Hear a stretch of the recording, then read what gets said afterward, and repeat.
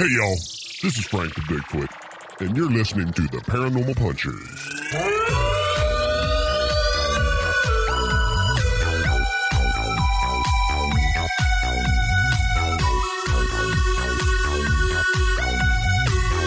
Welcome to Paranormal Punchers Holiday Special with Mark, Alicia, Nash, and Dave, with special guests Jerry and Tracy from Hillbilly Horror Stories, Ryan and Jordan from Creepy Campfire Podcast, Justin from Tales from the Podcast, and special musical guest, the Deadites.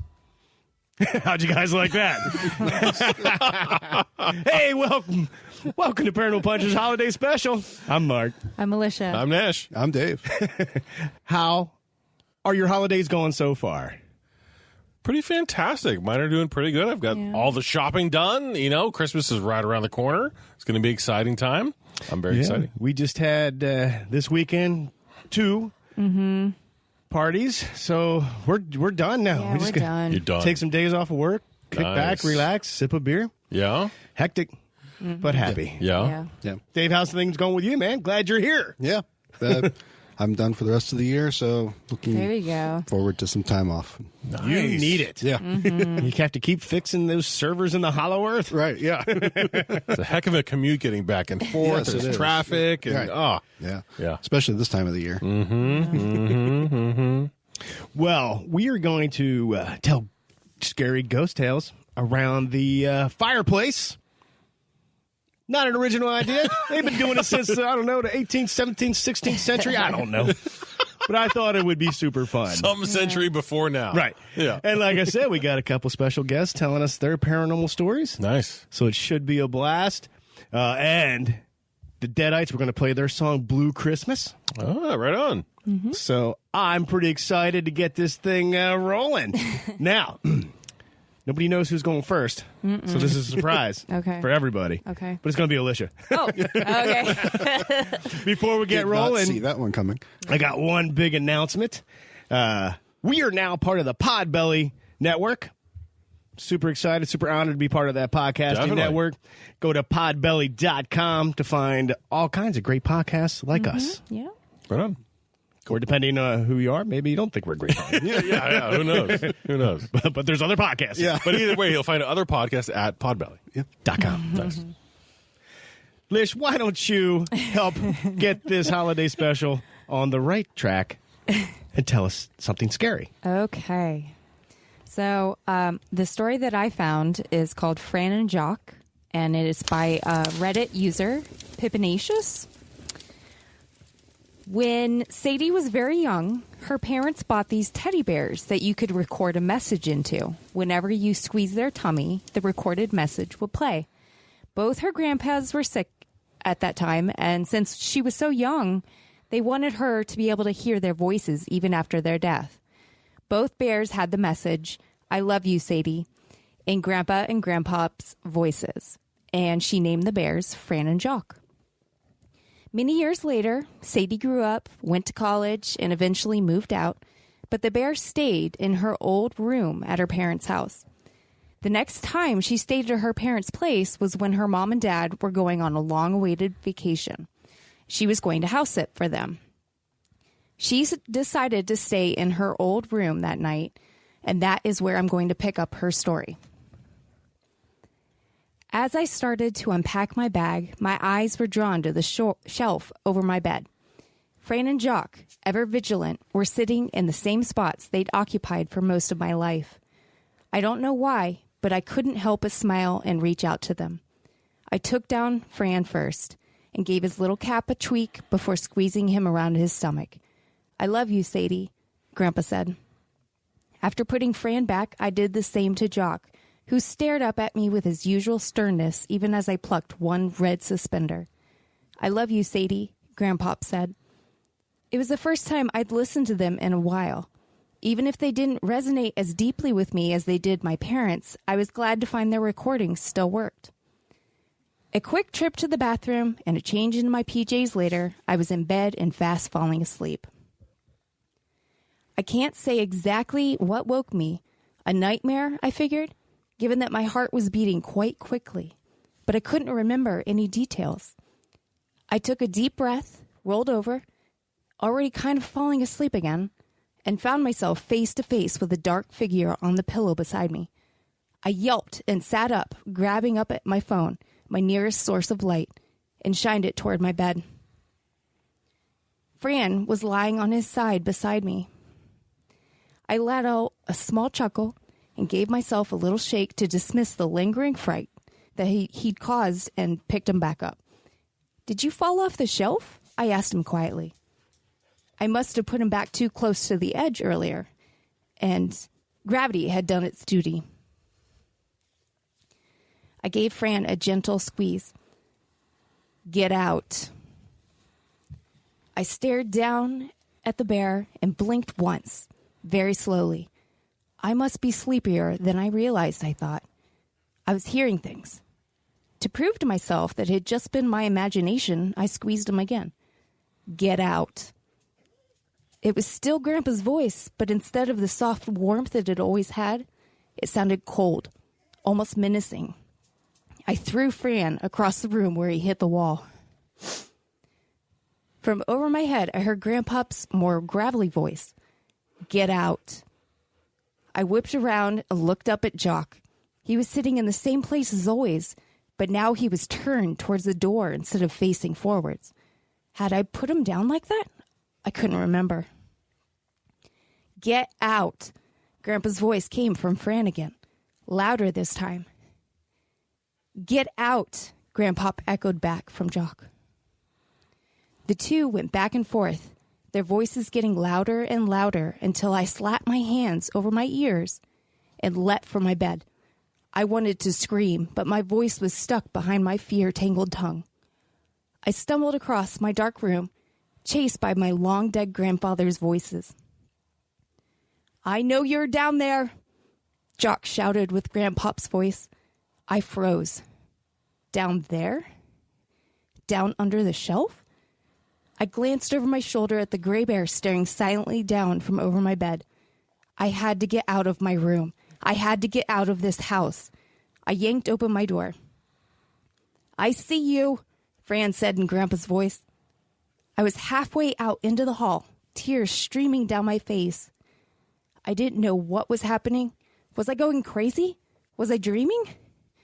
All I knew was that my two childhood toys were screaming threats at me, and I had to get away from them. I turned towards the stairs. "You take one more step, I'll make sure it's your last," Jacque bellowed. "Get out," Fran roared. From somewhere downstairs, a step creaked. Someone else was in the house. They weren't yelling at me at all, I realized with a very strange mix of confusing relief and a newly formed horror. They were yelling at the intruder who was making their way up the stairs towards me. "Get out," my grandfathers howled together. Footsteps clambered across the wood floor downstairs. Something fell over in the living room with a loud crash, and again in the kitchen, before the back door slammed against the counter as it was thrown open and a car engine rumbled to life. Somehow, I regained my wits enough to run to my parents' room and look out the window to the driveway below. An SUV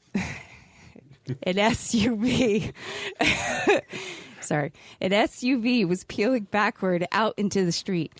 It slammed into my neighbor's mailbox, righted itself, and then screeched off into the night. A heavy quiet had fallen over the house again.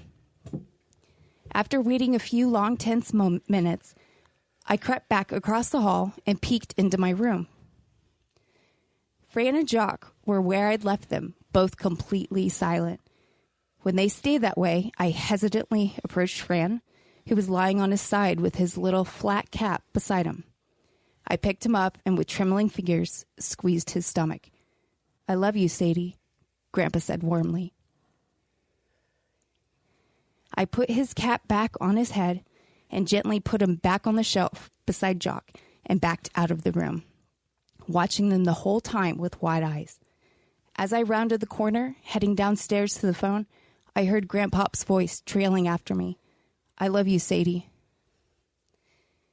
The police arrived a bit later, following a frantic call to 911.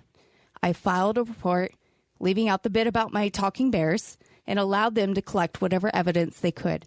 Every so often, I found myself glancing at the stairs, almost like I was expecting a repeat of whatever had just happened. It never came, and the cops wrapped it up, leaving me alone again. A few days later, the cops did find the guy who broke in. He was a co-worker of my dad's who'd overheard that he'd be out of town. He thought the house would be empty and easy pickings. When he tried to tell them about the two crazy guys upstairs and their violent threats, they rolled their eyes and laughed at him. He was very surprised to hear that only a 22-year-old woman had been in the house during his botched burglary. When I returned home to my apartment a week later, Fran and Jacque were with me. I keep them on the TV stand in the living room now, where they have a full view of the front door. Whenever I start to feel a bit anxious about being alone, I'll give each bear a little squeeze and smile as they speak. I love you, Sadie. And now I respond with, I love you both too. The end. Woo, that's a lot to read. I know. Sorry, I was having trouble there. You're having trouble breathing. Oh, yeah. Wow, all right. Jeez. Wow. I just like the idea of talking bears. It's a little terrifying. Yeah. Yeah. But it's kind of, I think it's kind of interesting and cool to think that even after death, like maybe her grandparents are taking care of her. Right. Exactly. They're there still doing their job. Right. Wow. That's fantastic. Thank you very much. That was just so much to read. I feel like I only have a couple of short stories. Glad. We're going to now hear from our friends over at Creepy Campfire Podcast. Here we go. If I can click the right button. Creepy Campfire. Hey, thanks for having us on, guys. We cannot thank you over at the Paranormal Puncher Podcast enough. Thank you so much. Yeah, so we're going to get on the show. We're the Creepy Campfire Podcast, and we've got a little short story for you for the episode they have coming up. Jordan, tell the people. And I guess we should probably introduce ourselves because you guys might not be listening to us already. I'm Ryan. And I'm Jordan. All right, so Jordan, tell them to tell me what I'm going to tell them. Huh? Wait, what? I tried to salvage that. It didn't work. What are you trying to have me do? What are you propositioning me for? I don't know. This is the kind of unorganizedness you're going to get on our podcast. Tell the people, tell the people what I'm going to tell them. Okay, so this is going to be a quick bit about one of your personal experiences as far as paranormal activity goes. Neither of us have had a ton of them, but you've had more so. I haven't really had any paranormal experiences. I've had like one very strange one, but I don't think it was paranormal. It didn't really meet the standards, but yours I feel does. So we're gonna get through a little quick bit of yours, little personal ghosty story. That's right. So if you will. Yeah, a few years back when I was 19, so God, more years back now than I want to think about. I was like 19, 20-ish. I was asleep one night, woke up, and I wake up a lot during the night, so I try not to stir too much because then it gets hard to go back to sleep. I just try to lay there, relax, and drift back to sleep. But this time when I woke up, I felt a pressure like right above my belt line. It's kind of the best way to describe it. Tummy ache? Yeah. Well, not quite a tummy ache, just more like somebody was pushing. Okay. And so then I open my eyes, and I see this hand from like this arm from the elbow down. And it was a woman's arm is the best way I can describe it. Because it was very thin, the fingers were very long and very woman-like. Okay, feminine. But it wasn't on me. It was like hovering above me. Mm-hmm. And I've had, I don't know. I try to confront these things because I think that's the best way to tackle it. Might not be, but I'm still here. So thank God. At first, I thought I was like, do I have do I have sleep paralysis going on? I don't know. So I've heard that being similar. Yeah. People will see things during sleep paralysis. Mm-hmm. So I was like, well, I'm going to try to move, and I'm going to try to move a big motion all at once because if I do a small one, it might notice, and then something's going to happen. So I swung at the thing. So I just like straight, like from under the covers, like arm swung at it like I was going to punch it. Try to hit the hand? Yep. Okay. And then it just disappeared, almost like you pulled the arm like through a bag, and like the hand was in the bag and you were in the bag, and it just was like, nope, out of the bag. So then it was gone, faded to nothing, faded to black. I was like, that was weird. And I sat up and I'm like, did that really happen? Did I dream that? I don't even know. And so I'm sitting up at this point looking at my roommate, pissed he didn't also wake up at this.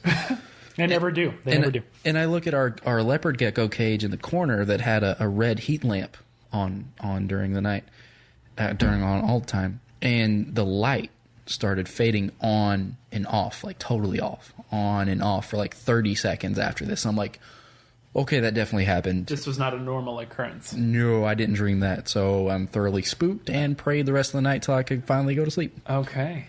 How was your gecko? Was he... Oh, he was fine. He was probably a little chilly, but he was fine. It just left you alone for the rest of the night? It didn't mess with you again? Didn't you say that it had happened... It only happened the once? Just a few small things have happened, but nothing as big as that had happened before. Okay. So you got hands pressing on you? Mm-hmm. Got hands pressing. In your sleeps? Mm-hmm. And then you got a red light flashing? Mm-hmm. Thankfully nothing... And that was back in Kentucky, Sounds like right? the start of a Rick James song. Hands pushing on you and red lights flashing. That was back in Kentucky. I mean, so nothing like that's happened out here in California? Not in California, no. Okay. Cool. Well, that's good to hear. We're good. We're good here. So not a whole lot's come from that, but would you say that helped spark your interest in this this sort of thing? More of it, I would say so, yeah. With that, we're trying to keep things short for you guys. Well, I hope this works for you. You guys have a happy holidays, whatever you celebrate, and if you don't celebrate, I just hope you're eating some good food. Yes. So, all the food. As we say on our podcast, until next time, everybody, stay toasty. Thanks, guys. Yeah, thank you. So let me get this straight, though. There was like an apparition of just an arm down, like, down by his midsection, lower midsection. Yeah. And he swatted it away? He's like, no, get away, get away. I immediately thought of like a Ghostbusters scenario where, kind of looming over the bed, and all you saw was, the hand. Who knows? Wow. That'd be freaky. In the middle That'd of be the freaky. night. Yeah. Would you swat it away, Nash? I don't know. That's a good question, because it might be like, well, hey, do what you're doing. All right. Oh, my. How you doing? Stephanie, you listen to this? That's right. Oh. Thanks again, gentlemen. That's the Creepy Campfire Podcast. Check it out. Super cool dudes. All right. I got to jump in here with one. See what you guys think. I found this on Reddit, too. By Sunshine Daisies. All right, so I'll summarize a little bit and jumping in here.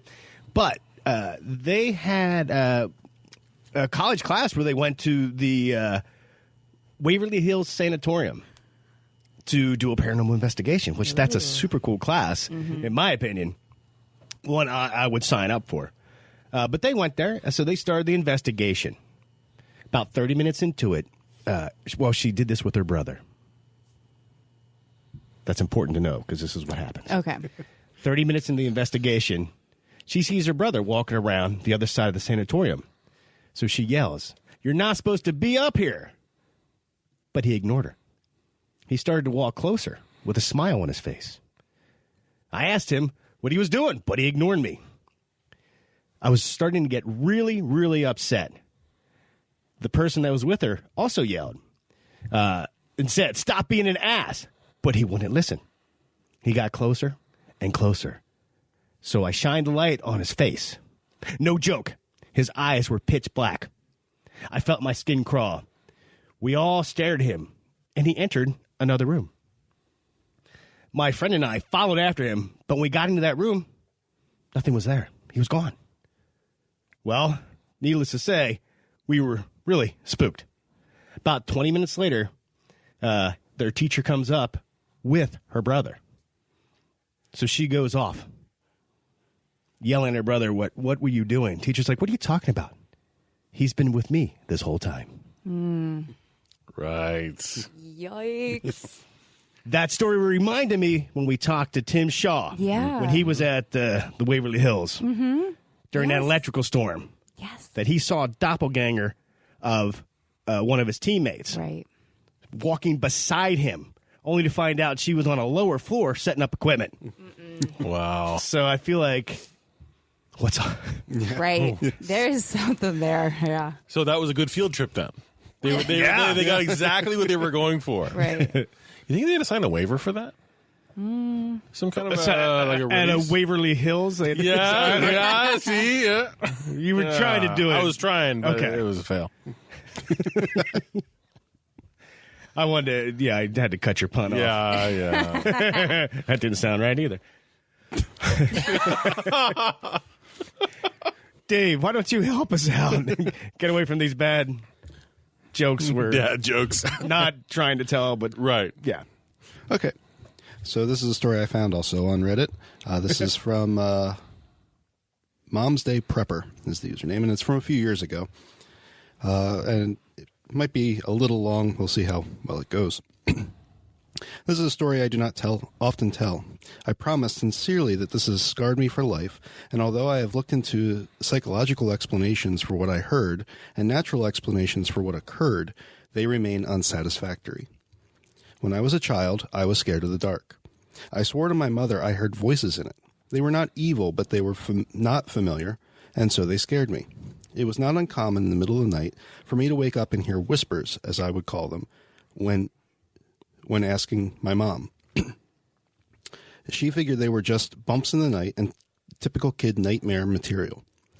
I tried often to explain to her that it was more than that they sounded different from one another the way people's voices do. On some nights, I would get so scared from these whispers, I would sleep in my mom's bed with her.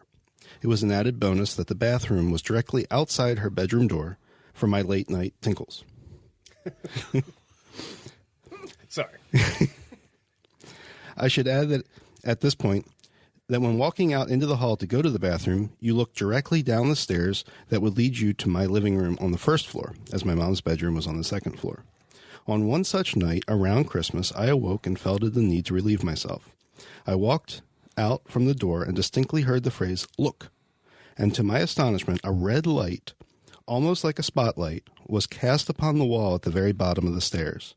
The light had no other source. It was by itself, and I was transfixed by it. Being a little kid, and it only being a few days from Christmas, I knew what this light was. It was Santa. How else could he get into my house to know I was being a good boy?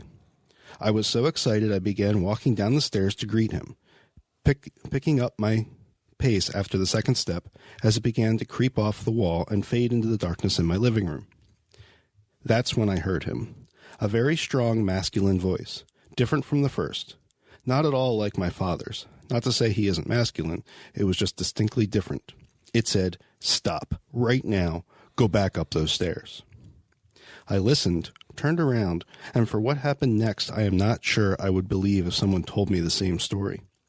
After reaching the top of the stairs, I heard a very loud crash that sent me running back to my mother's bed, where I jumped straight under the covers and stayed there the whole night. When we woke the next morning, the poinsettia lights, little Christmas flower lights that glow red, my mother had put on the railing down the stairs were pulled straight down to the bottom of the stairs, some broken what seemed to be a forceful tear laying in a single pile. The dry sink in my living room had fallen from the wall. My mother could not explain it. My father was worried we had been victims of a home invasion. My sister was crying. There was nothing missing. Nobody had broken in. There did not seem to be any reason this had happened. And then I saw it, and I kept quiet about it because I was so afraid that I could not force words out of my mouth. There, on the edge of the wooden dry sink, which had been facing up, were 3 indentations where the finish on the wood had been worn, almost as it had been a forceful grip. Something down there had grabbed it and threw it down. That's what the bang was. I was mortified.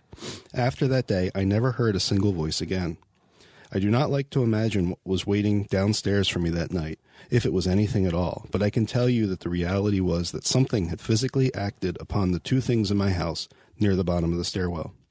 After this, I never heard another whisper again, which is sad because in some ways I would have liked to thank the man that had stopped me from going down those stairs.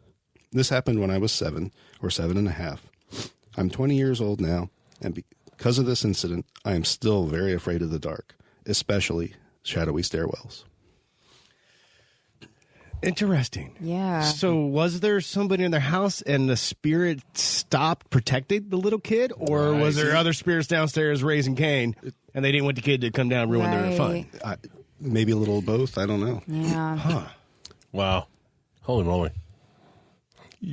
It's nice to see that. Nice to think that the child thought it was Santa, though. That's nice. Yeah. Right. Yeah, it's definitely what first drew me to the story. Yeah. Santa was visiting. Yeah. All right. Why don't we hear from Justin? Oh. And if the mic's picked that up, our dog over here just kind of sighing because we're ignoring her. This is Justin from Tales of the Podcast. Wow. Okay.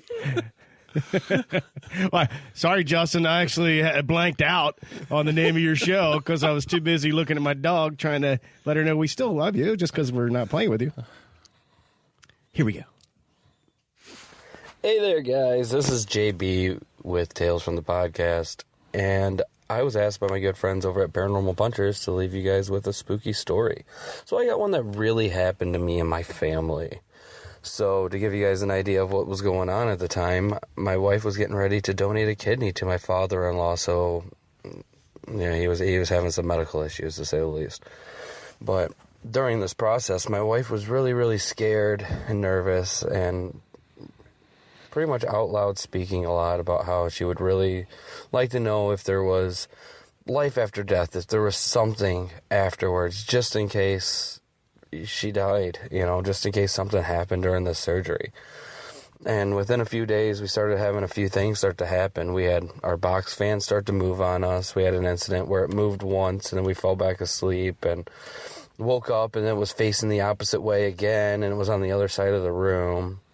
And then we also had another instance that was really creepy, where we were sitting there, and we heard a noise. And we were in our living room, so we got out. We go into our dining room at the time, and we just moved into this place, so we still had a few boxes laying out, and one of the boxes had like a bunch of folded clothes in it, and this box was not just a folded clothes box, but this was a box where we would keep our smoking novelty items, to say the least. And we would get home from work, and these items that we had that would have been buried at the bottom of the box would be sitting outside of the box on a daily basis. So like just our bowl and our papers would be sitting outside of the box, which was really weird. But on one night we heard a nice little bang, so we ran into the dining room, and the box was upside down, and we were kind of confused, like, what the hell happened? How can this box just move by itself? So we go and we're taking a better look at it, and I go and I lift up the box, and we notice that not only did this box get like moved and thrown over and flipped over on top of itself, like completely upside down, but everything was still folded just as it was on the inside. It was really, really weird and really creepy.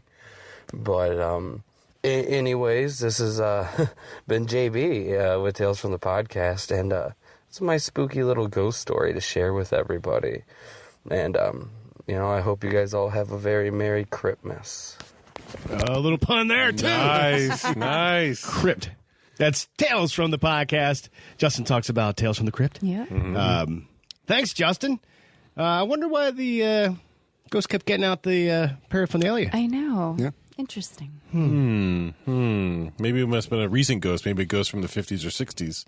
And it was like, right on, man. Yeah, let's get to it. Hippie ghost. Yeah, hippie ghost. That's really all it was. The one to get. Yeah. Okay. Some of those things. I feel like there's a movie in there somewhere. There could be a hippie ghost. Yeah. But he seemed very considerate because he made sure that all the clothes were still folded. Right. So, Right. yeah. Yeah. Well, hippie, but, still nice, I guess. Still organized, I guess. Okay.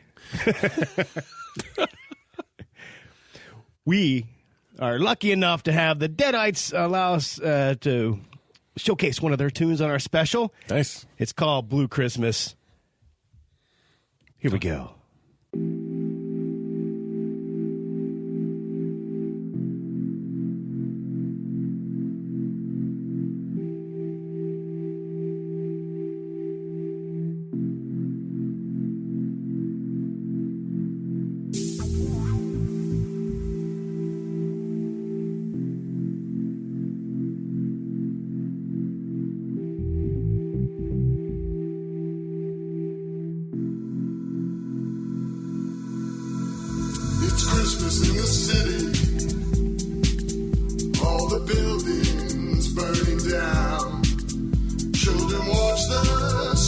sky for Santa Claus.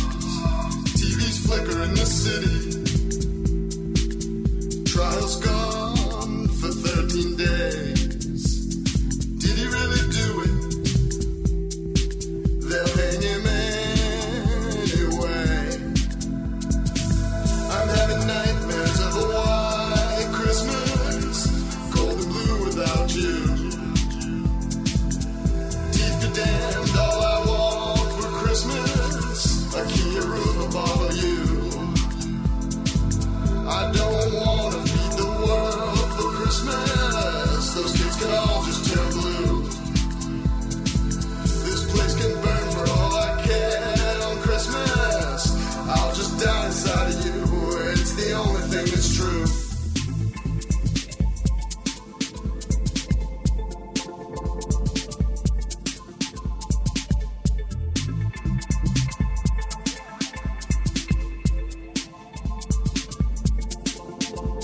There's a monster in the city, spreading horror all around, hitting people with a hatchet, dressed like Santa Claus. It's a cold one in the city. Children line up on the shore, tossing maydays in a bottle, addressed to the North Pole. There's a uniform on the doorstep with a letter in its hand, saying you won't be coming home again. I'm having nightmares of a white Christmas, cold and blue without you. Teeth be damned, all I want for Christmas, a Kia room of all of you. Yeah, I don't want to feed the world for Christmas. Those kids can all just go turn blue. This place be damned, all I want for Christmas, I'll just die inside of you. It's the only thing that's true. We're the only me and you.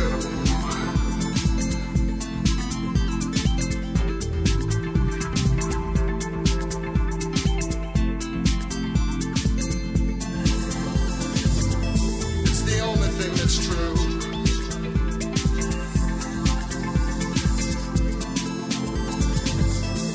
It's the only thing that's true.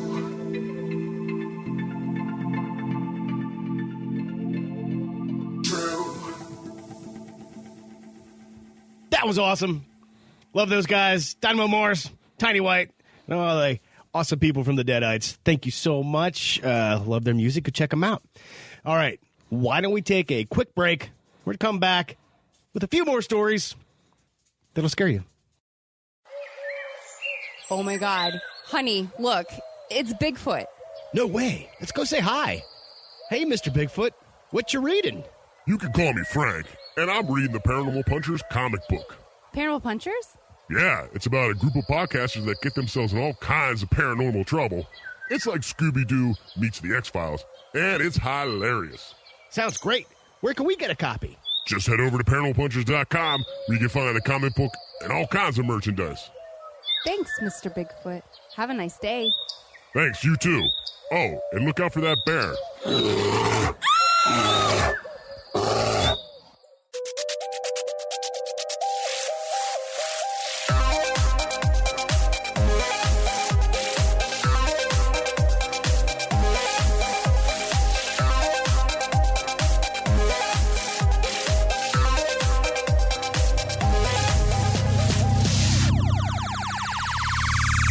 And we're back. That was the scary part. Right there. Okay. Yeah. Oh, Nash, I'm looking at your story, dude. Yeah. And I'm like, all right. Okay. It's your turn. All right. So my story has to do with the Jerome Grand Hotel back home. And, listeners might know I'm from Arizona. And Jerome is a notorious ghost town. Okay. So this hotel, dial back the years, the hotel used to be the United Verde Hospital. Okay.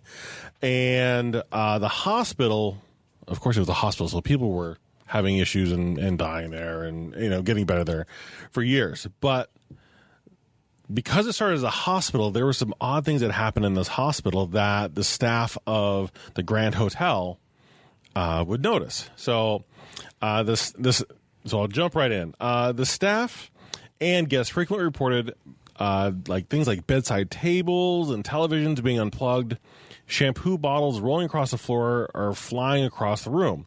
The sounds of doors opening and closing of the room is pretty common, even if the room is going to be vacant or was vacant. Guests have found electronics such as cell phones, camcorders, dead center beneath the bed instead of where they were put by the guests. And front desk staff, particularly the graveyard shift, often reported hearing coughing and sneezing in the hotel laundry room, seeing shadows in the same area of whom they believed to be Claude Harvey, the hospital's maintenance man who was found dead on April 3rd, 1935. Now, just have to dial it back again.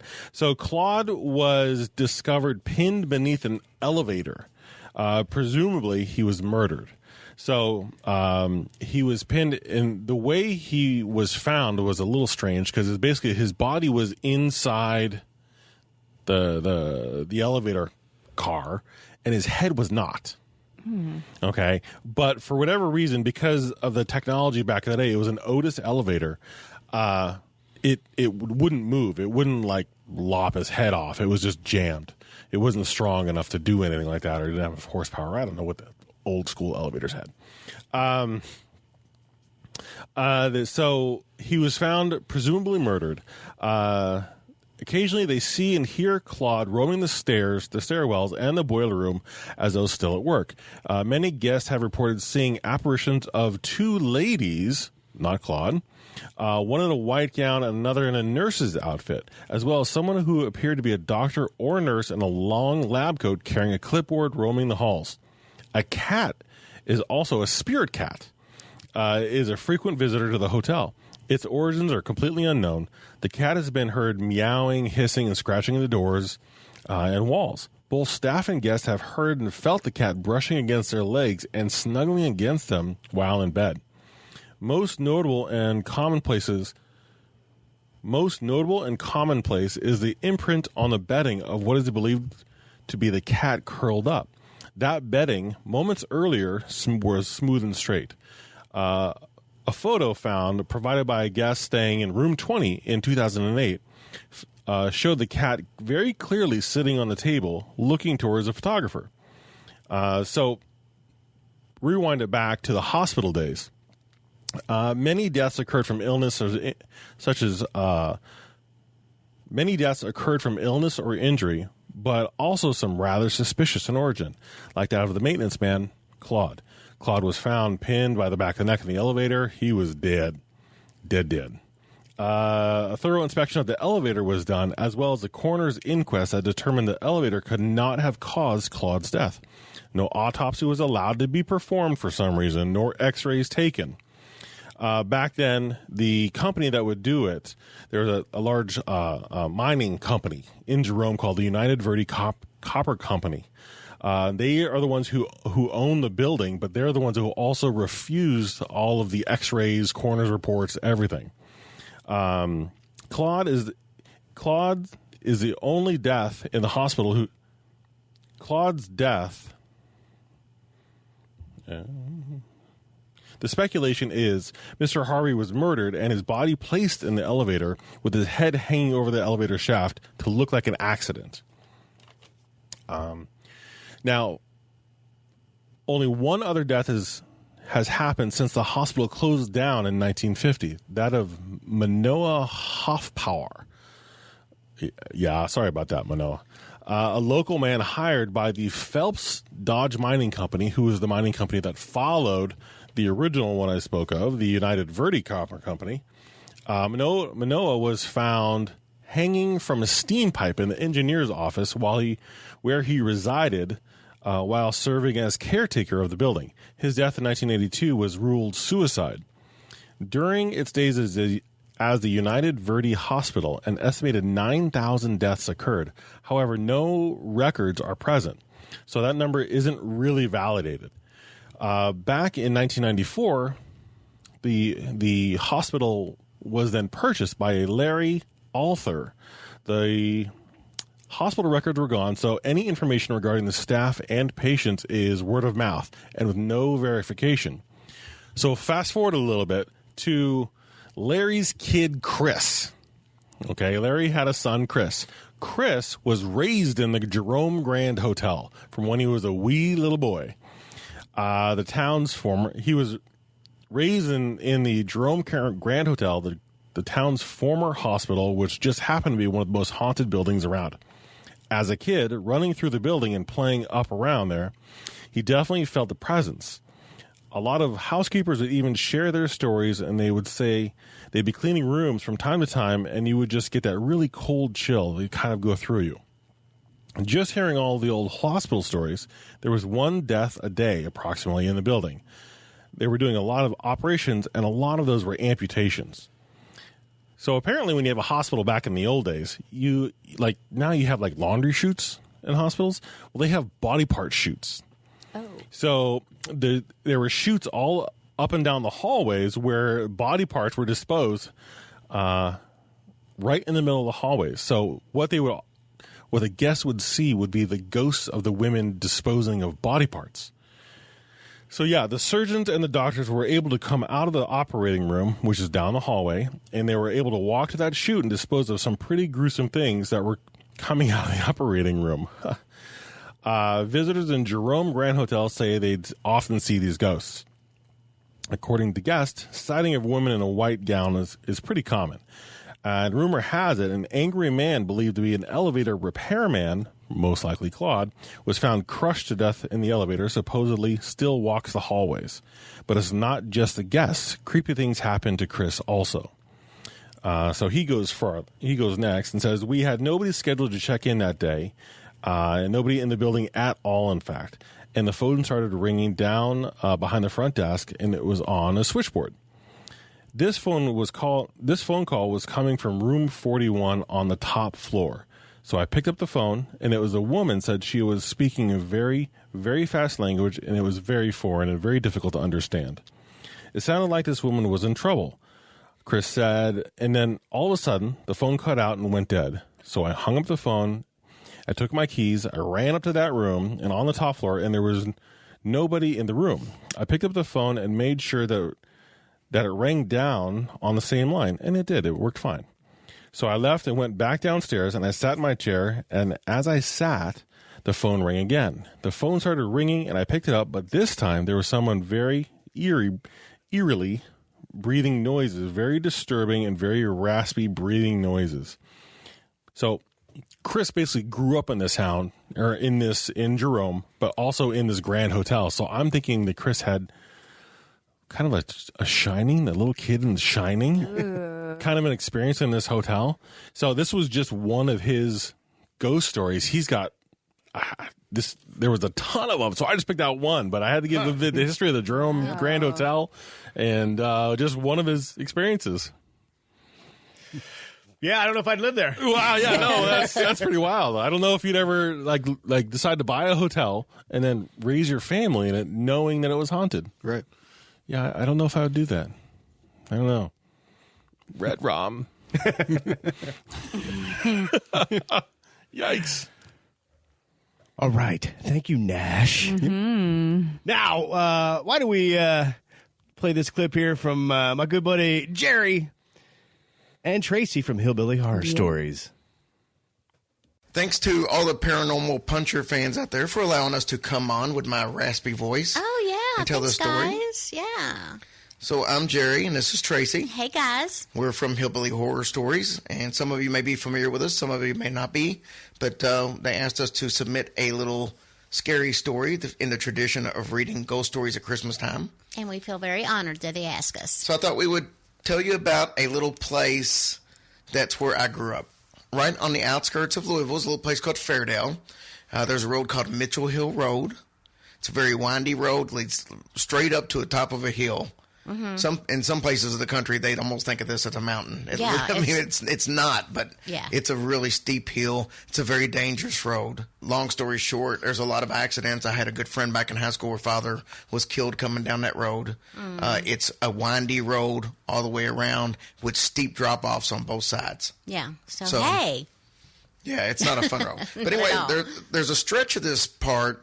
Up at the very top of the road, there's a cemetery. It's a little private cemetery. I mean, I bet there's not 40 people buried there. It's a very small area.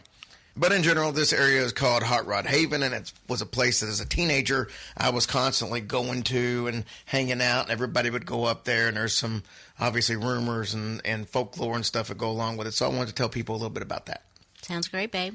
It's a Mitchell Hill Road. It's treacherous. It's very dimly lit, and it's the most dangerous spot in a winding road is a little short straightaway that quickly turns right into a curve.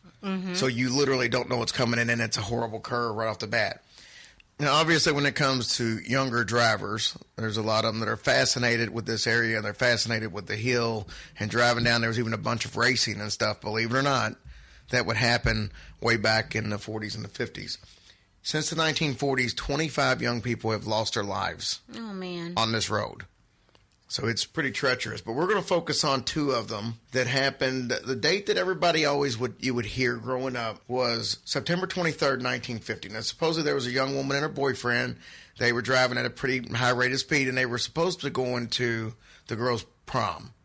I guess it was probably both of their proms. Yeah. They probably both went to Fairdale High School. Going down the road, they missed one of the turns. They went off the side of the hill, and they were killed. Now, according to stories, they were both buried side by side in that little private cemetery up on the top of the hill. And in that little cemetery, everybody was either Mitchells or Griffins for the most part. It's like a little family cemetery. It seems that the story would always be told that the young lady's name was either Mary or Sarah. But nobody really knew for the most part, as far as us, teenagers and stuff growing up. That's just what we always heard. Now, there's a statue up there in that cemetery of like a Virgin Mary. And it's got her, obviously the picture of her standing up with her hands out, palms up. Yeah. And what these drivers would do, they would go up there and they would put their hands on the hands of the Virgin Mary. And if her hands were cold, that meant one of the drivers was going to die. So that's kind of what people would do, is go up there and do that. Wait, what? Well, they were going to be racing. So, for real, they did it before they raced? Yes. Oh, my gosh. Go ahead. I'm just, baffled by that. If they knew that and they did that while it was cold, then why would they race? I don't know. Because they're kids. They're folklore. They don't care. I guess so. There's a young lady in a prom dress constantly seen up there that people would assume is either Mary or Sarah. The other thing that would happen up there is people would say as they were driving down the road, they would see a car with no headlights on in front of them. They would flash the lights to let them know there's no headlights, and then suddenly that car would now appear behind them. And sometimes it would try to run them off the road, and sometimes it would just follow them down the road out of Mitchell Hill. So according to some stories, keep them safe. Yeah. And then some stories say that they basically were trying to run them off the road. So after hearing all this story about Hot Rod Haven for years, Keith H., who started the Louisville Ghost Hunter Society, you've seen him on a lot of Waverly documentaries and stuff like that, he decided to investigate a little bit and see what was true, what wasn't. So as he was looking through some records in Jefferson County, he discovered that on September 23rd, 1946, not 50, but 1946, Roy Clark and Sarah Mitchell were both driving to a school dance when Roy lost control of his car on Mitchell Hill Road and crashed. He wanted to see how much of the legend was true. He went up to the cemetery and looked around and searched for the graves, and after a few minutes, he found a tombstone inscribed with the names of Roy Clark and Sarah Mitchell. The young couple had actually been buried side by side in the cemetery, like the legend explained. Oh, my gosh. Wow, that's so interesting. Yep, it is a fascinating story, and it's right there in my backyard. I know it. That's awesome. Good story, babe. Thank you guys so much for giving us a chance, and if you like what you heard, come subscribe to Hillbilly Horror Stories, and you can hear some more. Okay, guys, have a Merry Christmas. Hey, thank you so much. Yeah. Wow, interesting. Yeah. Yeah, that was cool. know. That was pretty wild. So I had the same question. So if it's cold out and you're going to go up and grab the statue's hand, the hands are always going to be cold. Right. They're always cold. It's stone. Don't race when it's cold. Yeah. Even if it's hot out, the stone's going to be cold. The stone is always cold, so somebody's always going to die. Dave, got any science on? I got nothing. So the moral of the story is don't race up there. It's treacherous. Don't do it. Don't do it. Yeah, it sounds like the hill. It's very curvy and windy. Like, Yeah. I don't think that's something I probably wouldn't even like to drive like regularly on the road. But Because somebody could die. yes, That's my ominous voice, just in case. Dun, dun, dun. That's right. All right, I have one more, and it's from Sarati on Reddit. Probably didn't say that right, but that's that's my style. Yeah. Okay, here we go. My house was built in 1904. It is a single-family home, wood frame setting on a concrete block foundation. I've been living here for about 12 years. Of all the weird things that my siblings and me have seen or heard in the house, this one event is my favorite. This happened to my brother about 10 years ago. My brother and his best friends had started a garage band playing mostly Spanish rock, alternative music, but in Spanish. His friends could only get together on Sunday afternoons. They would practice into the early evening, and they would usually call quits about 8 p.m. This was the time I usually showed up and went to bed because I worked a graveyard shift. This happened to be late fall, so the days were getting shorter. They had just finished a long session when the decision to head to someone else's house came about. My brother handed his car keys to his buddy so they could load up the equipment. Everyone had filed out of the basement, but the tricky part was that they needed to walk all the way to the back of the basement, up the back stairs, through the kitchen doorway, down the hall into the living room, and out into the front porch. Everyone was outside sitting in my brother's truck waiting for him. My brother was walking up the back stairs when he remembered that he had left his pancakes in a to-go container sitting on a speaker in the basement. He made the decision to go back. Now, the basement is not clean. With full line of sight, there has been partitions made, and the boiler and main heating unit are right smack in the middle. So after my brother walks back, he is about to retrieve his food container when out of the corner of his eye, he sees it. It's a shadowy figure right in his peripheral vision. This feeling of dread and uneasiness washed over my brother. He had been taught that if you are in the presence of a spirit or ghost and you felt a bad vibe, to say a quick prayer or cuss at it. My brother chose the latter. He basically just told it, hey, F you, I don't have time for this shit. My brother started to walk to the back of the basement and briskly up the stairs, closing the doors and turning off the lights as he walked out. The last light switch is on the opposite side of the front door. Luckily, the door was open and the light from the street lamp was flooding the living room with its amber light. My brother said he felt something at his back, but at no point did he turn around. As he flicked the last switch, the living room went dark, as did the rest of the house. As he stepped out, he pulled on the door, closing it behind him. Still holding his food container in one hand, he jogged down the porch steps, walked towards the front gate. Their house is on a main street, so essentially they have a large front yard, but no rear garage. Throw a little extra in there. As he closed the gap between himself and his friend-laden truck, he kind of smiled and thought things over in his head, mad at himself for spooking out like that when there's probably no reason.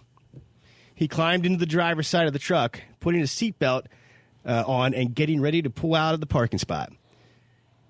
One of his friends said, hey, wait, what about your brother? Isn't he coming with us?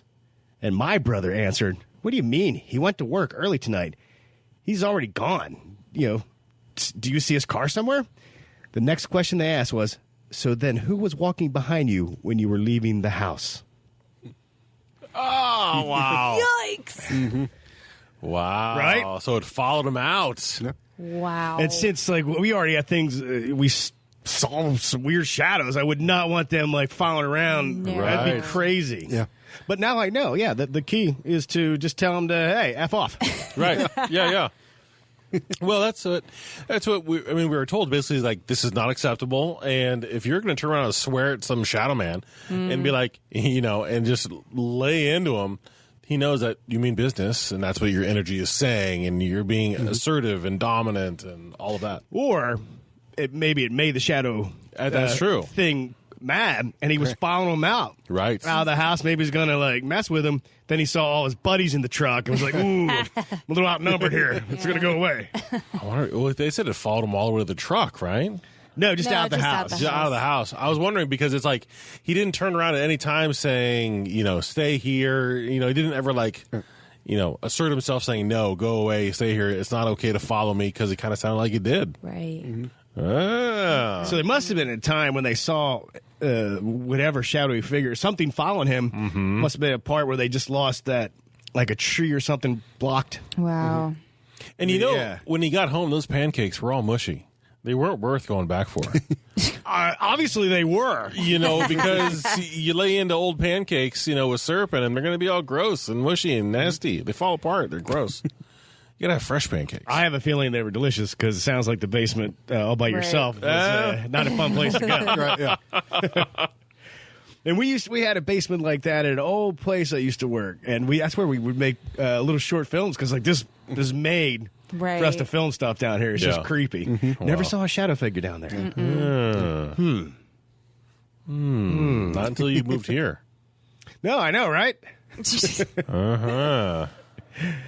Well, that's it for my stories. Oh, okay. I loved everybody's stories. Can't thank Creep Campfire Podcast, Tales from the Crypt. No, Tales from the Podcast. Justin, I'm sorry, I messed it up twice. All right? Hey. Yeah. I'm going to send you a free comic book, bro. That's right. And, of course, Hillbilly Horror Stories and the Deadites. I had a lot of fun. This was our last episode of the year. Can you believe 2020 I know. is around the corner? Wow. I mean, some people might be listening to this right now in 2020. True. But we have some fun things coming your way for the new year, like more paranormal stories. But they'll be new. Yeah. And we're going to revisit some old favorites that we just want to talk about more, Right. like the Day Out Love Pass. Yep. There's just so much more to talk about. Yep. So we'll be doing that. We've been kicking around the Paranormal Punchers at the movies. Probably can't say that because I'm sure that's copyrighted, the at the movies part. Right. Roger Ebert and Siskel? No. Siskel and Ebert. Yeah. That was the name of their show, right? Yes. Yeah, we'll definitely get sued if we try to tack that on to the end of it. Maybe Paranormal Punchers watch a movie? I don't know. Goes to the show. And we're doing some stuff in our Patreon. Super secret, can't talk about it yet. Which is code for we haven't quite figured it out yet. We're still in the process on that. Oh, man, this is like episode 78, I think. 78 episodes. Wow. Amazing. I had a great year with everyone. Yeah. Love you guys dearly. Liz, is there anything that stood out to you this year that was like a highlight of the topics that we discussed, or even our listener interaction? I actually really enjoyed going over some of the different paranormal things that happened in, was it West Virginia? Because we had the Flatwoods Monster and the... assorted many things that happened in West Virginia. This year we did the Kentucky Goblins. Yeah, that one actually was We did the fun, Flatwoods too. Monster. Yeah. Sheep Squatch. Yeah, Sheep Squatch was there too. So I felt like it was just kind of cool to focus Kentucky, in. West Virginia. Yeah, area focus there. in on that area and talk about some of the stuff. So maybe we'll move to another area. I don't know. Nash, what about you? Two things really jump out in my mind. One was the kind of the connecting of the dots when we did our underground base. When we did the underground base, that to me was like, okay, here we go. It's kind of drawing all those red lines that you have on your map with little pins, It's kind of doing that for me in my mind, which could be a good and bad thing. And then the other was getting my cards read. That was a lot of fun. Yeah. And nothing bad happened. Nothing bad. Even when you got the death card. I got the death card, and it turned out to be a good thing. So, wait a minute. Hold on. Yeah, that was a lot of fun. Yeah. Dave, what about you? Well, I have to say, unfortunately this year, other things going on that I wasn't here nearly as much as I'd hoped. So that's my New Year's resolution, is to join many, many more episodes next year. Yay. Excellent. Only if the servers are working in the Right. Yeah. Do you have a highlight topic that you were part of in your 50% episode?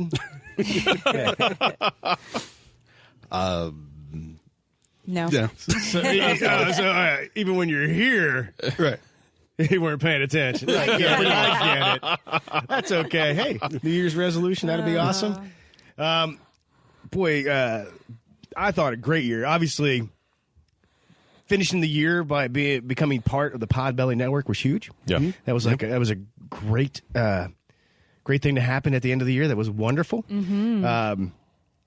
Favorite topic, topics was probably around the West Virginia stuff, but also the Montauk Project. Montauk, definitely Montauk. Because all that led to 2 comic books I'm working on. Yeah. One's called Bigfoot Ridge, and it's going to, well, I can't really say because it would be spoilers. Don't spoil it. But through the stories we were discussing, the topics we were discussing on the show, it made, I got this idea, plus other couple things. And also issue 2 of Paranormal Punchers, talking about the sheep squatch, talking about the Mammoth Caves and Kentucky Goblins and the Hollow Earth. Nice. Kind of gave me some ideas for that. I mean, it's only been over a year. It's a long draw. It's a long burn on those creations. Yeah, so I thought this year the topics really sparked some creativity. And then an absolute highlight was getting to meet Andy and Aldo.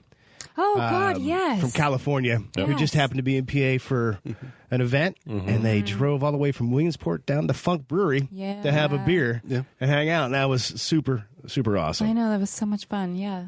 So I think 2020 is going to be even more exciting. It'll be great. And a lot of cool topics. And Dave will be here 75% of the episodes. Everyone, happy holidays. Be safe. Liz, do you want to do a happy holiday message to anybody? That's a no. That was a caught off guard? No. Yeah, that was a deer in the headlights. Like, what? No, just happy holidays, everybody. Stay safe out there. If it's cold where you're at, dress warmly. Right. I would say happy holidays to all, including the people who are near to the Montauk Project. And if any of the aliens hear us, we didn't say anything. I tell you, it's all under wraps. Don't worry. We're fine. Happy holidays, Merry Christmas, Happy New Year, all those fun little things. The above. From all of us at Paranormal Punchers, happy holidays. We'll talk to you next year. And remember, if it's not weird, It's not worth checking out.